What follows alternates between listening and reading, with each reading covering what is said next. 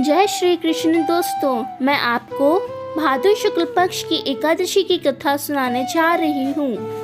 इसे वामन परिवर्तनी या जलझुलनी एकादशी भी कहा जाता है। धर्मराज युधिष्ठिर बोले कि हे भगवान, भादु की शुक्ल पक्ष की एकादशी का क्या नाम है तथा उसकी विधि क्या है? उस एकादशी के व्रत को करने से कौन सा फल मिलता है, सो सब कहिए।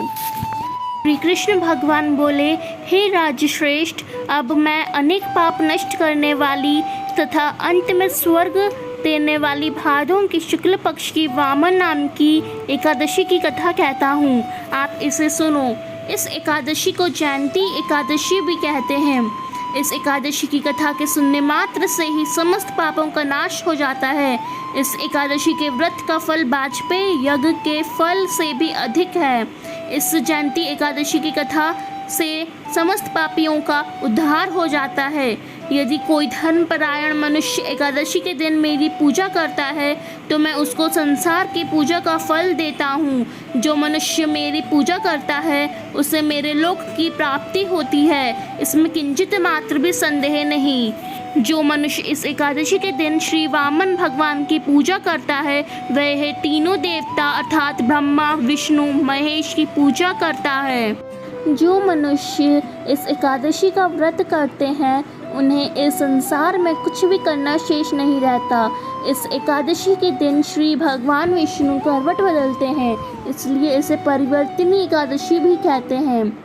इस पर श्री युधिष्ठिर बोले कि हे भगवान, आपके वचनों को सुनकर मुझे महान संदेह हो रहा है कि आप किस प्रकार सोते तथा करवट बदलते हैं। आपने बलि को क्यों बांधा और वामन रूप धारण करके क्या लीलाएं की तथा आपके शयन करने पर मनुष्य का क्या कर्तव्य है, सो सब विस्तार पूर्वक कहिए। श्री कृष्ण भगवान बोले कि हे राजन, अब आप पापों को नष्ट करने वाली कथा का श्रवण करो। त्रेता युग में बलि नाम का एक दानव था। वह अत्यंत भक्त, दानी, सत्यवादी तथा ब्राह्मणों की सेवा करने वाला था। वह सदैव यज्ञ, तप आदि किया करता था। वह अपनी भक्ति के प्रभाव से स्वर्ग में इंद्र के स्थान पर राज्य करने लगा। इंद्र तथा अन्य देवता इस बात को सहन न कर सके और भगवान के पास जाकर प्रार्थना करने लगे। अंत में भगवान ने वामन रूप धारण किया। मैंने भगवान तेजस्वी ब्राह्मण बालक रूप में राजा बलि को जीता। इस पर राजा युधिष्ठिर बोले कि हे जनार्दन, आपने वामन रूप धारण करके उस बलि को किस प्रकार जीता, यह सब समझाइए। श्री कृष्ण भगवान बोले कि हे राजन, मैंने वामन रूप धारण करके राजा बलि से याचना की कि हे राजन, तुम मुझे 3 पैर भूमि दे दो, इससे तुम्हारे लिए 3 लोक दान का फल प्राप्त होगा। राजा बलि ने इस छोटी सी याचना को स्वीकार कर लिया और भूमि देने को तैयार हो गया।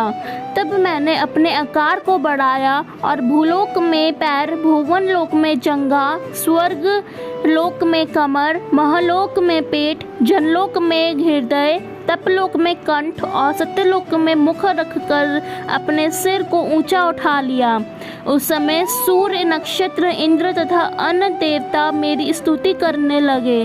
उस समय मैंने राजा बलि को पकड़ा और पूछा कि हे राजन, अब मैं तीसरा पैर कहाँ रखूं? इतना सुनकर राजा बलि ने अपना सिर नीचा कर लिया। उसके सिर पर मैंने अपना तीसरा पैर रख दिया और वह भक्त दानव पाताल को चला गया।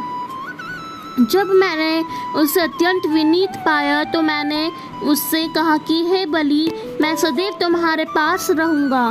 भादो शुक्ल पक्ष की परिवर्तनी नामक एकादशी के दिन मेरी एक प्रतिमा राजा बलि के पास रहती है और एक क्षीर सागर में शेषनाग पर शयन करती रहती है।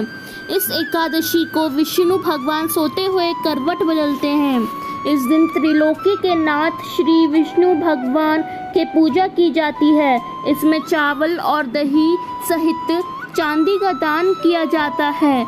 इस दिन रात्रि को जागरण करना चाहिए।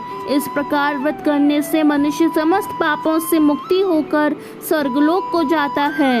वह स्वर्गलोक में जाकर चंद्रमा के समान सदैव प्रकाशित रहते हैं।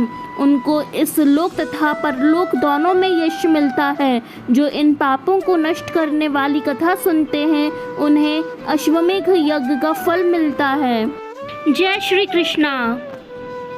इस वीडियो को लाइक एंड शेयर करना ना भूलें और अन्य कथाओं को सुनने में आप इच्छुक हैं तो इस चैनल को सब्सक्राइब करें और बेल आइकन को प्रेस करें। धन्यवाद।